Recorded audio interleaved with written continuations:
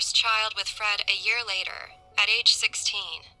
They were married and expecting their second child together by 1972, when they were moved into a home at 25 Cromwell Street, where they would be arrested over 20 years later. Right. The Cromwell Street home soon became the site of many horrific events and crimes. Leading up to these, the couple would hold sex parties, wherein Fred would bring home men from local pubs to have sex with his wife. Fred would watch the interactions through spy holes. It is reported that the couple would often hire babysitters for their children during this time in order to fulfill their sadistic fantasies. Rosemary would eventually give birth to 8 children in total, 5 of them being fathered by Fred. The other children were fathered by other men Rosemary slept with during this period. Disturbingly, it is also reported that Rosemary's own father would also come to the couple's home to have sex with his daughter. The West sex parties grew more and more dreadful, ultimately leading to a killing spree in which the couple would rape, torture, mutilate, and kill at least 10 women together. Separately, Fred and Rosemary had their own victims as well.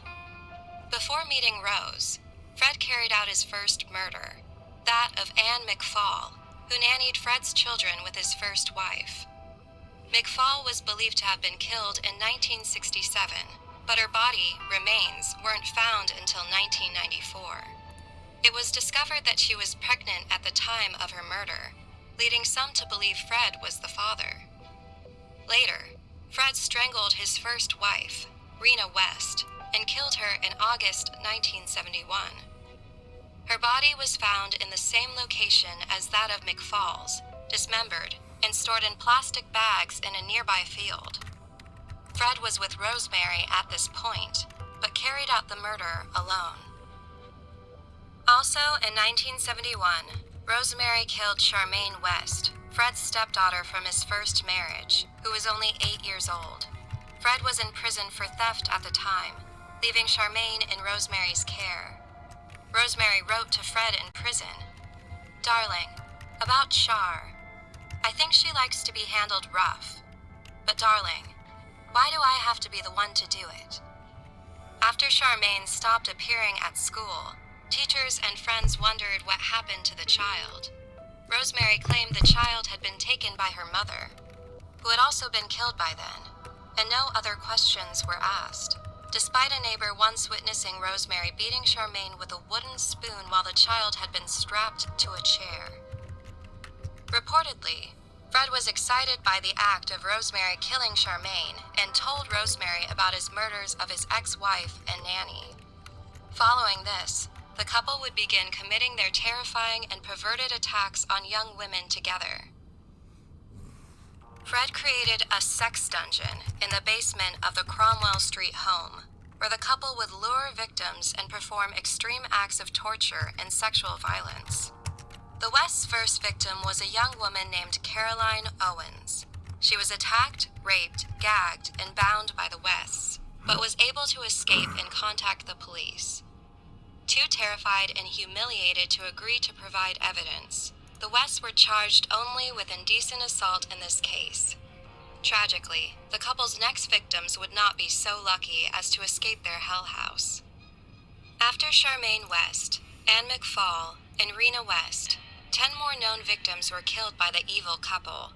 In addition to raping and otherwise sexually assaulting the young women, the Wests would often suspend their victims from ceiling beams in their basement, keeping them alive for days and torturing them before their eventual murder. After killing their victims, the Wests typically dismembered the bodies, burying them in the cellar or garden of their home. Some of the victims were lodgers at the Wests' home, while others were abducted by the couple before being brought back to Cromwell Street. Even more disturbingly, among these victims was Heather West, Rosemary and Fred's own daughter, who was only 16 when she was killed by her parents. Heather and her siblings grew up being persistently physically and sexually abused by both parents. When Heather would vehemently reject the advances of her father, her parents led her to believe that this meant she was a lesbian. After going missing in 1987, the Wests claimed that their daughter had gone to Scotland to be with a female partner, or that she had left to work at a summer camp. In reality, they had tied up, raped, and killed Heather before burying her in their garden. Horrifically, one of Heather's brothers helped dig the grave, under the impression that it was for a fish pond. 5 years after killing their daughter, the Wests were arrested for the rape of a 14-year-old girl. The court case for this crime collapsed because witnesses and the victim refused to testify at the last minute. However, the case ultimately led to a deeper investigation of the couple, and in their home, police found a large amount of pornographic material, including 99 homemade videos. The tapes were reportedly destroyed by the police, but it is believed they may have contained footage of the couple's torture and killings. The detective in charge of this investigation found enough evidence of serious and terrible abuse, leading her to want to interview Heather West. Of course, she was nowhere to be found. The changing stories about Heather's whereabouts led to even more suspicion and police attention. Detective Chief Inspector Terry Moore revealed that there were worrying signs because it would be very, very difficult for someone to go completely missing, and there wasn't a single sign of